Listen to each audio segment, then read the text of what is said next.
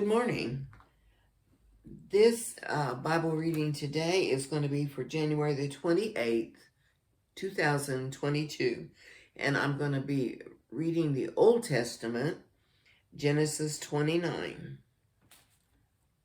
chapter 29. So Jacob went on his journey and came to the land of the people of the east. And he looked and saw a well in the field, and behold, there were 3 flocks of sheep lying by it. For out of that well they watered the flocks. A large stone was on the well's mouth. Now all the flocks would be gathered there, and they would roll the stone from the well's mouth, water the sheep, and put the stone back in its place on the well's mouth. And Jacob said to them, My brethren, where are you from? And they said, We are from Haran. Then he said to them, Do you know Laban the son of Nahor?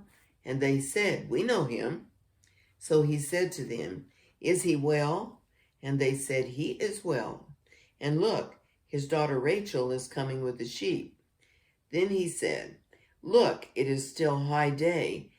It is not time for the cattle to be gathered together. Water the sheep and go and feed them. But they said, We cannot until all the flocks are gathered together, and they have rolled the stone from the well's mouth. Then we water the sheep. Now while he was still speaking with them, Rachel came with her father's sheep, for she was a shepherdess.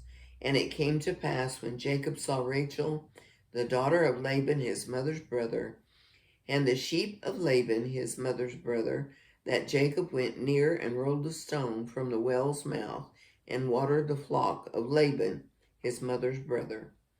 Then Jacob kissed Rachel and lifted up his voice and wept. And Jacob told Rachel that he was her father's relative and that he was Rebekah's son. So she ran and told her father. Then it came to pass when Laban heard the report about Jacob, his sister's son, that he ran to meet him and embraced him and kissed him and brought him to his house. So he told Laban all these things.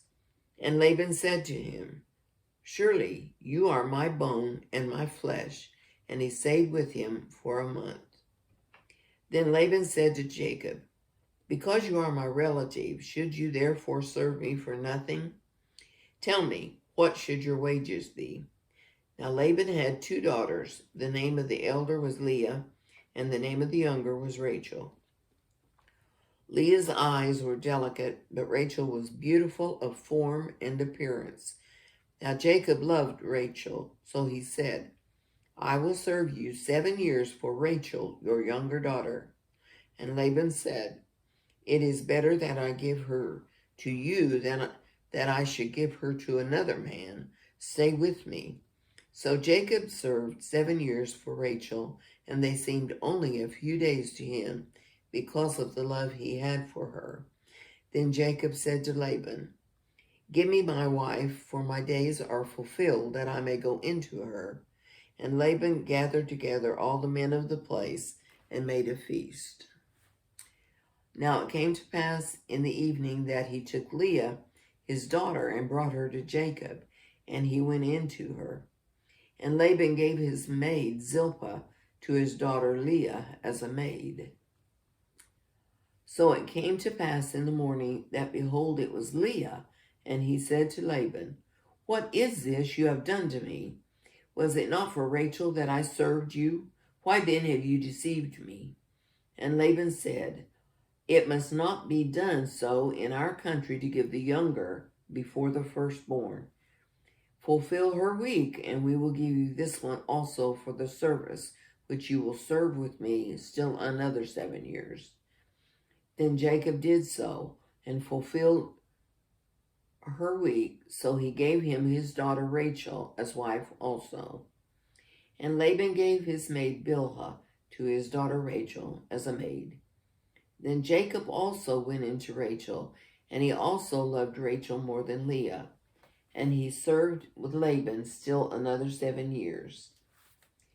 When the Lord saw that Leah was unloved, he opened her womb, but Rachel was barren. So Leah conceived and bore a son, and she called his name Reuben, for she said, "The Lord has surely looked at my affliction. Now therefore my husband will love me." Then she conceived again and bore a son. "Because the Lord has heard that I am unloved, he has therefore given me this son also." And she called his name Simeon. She conceived again and bore a son and said, "Now this time my husband will become attached to me, because I have borne him 3 sons." Therefore his name was called Levi. And she conceived again and bore a son and said, "Now I will praise the Lord." Therefore she called his name Judah. Then she stopped bearing.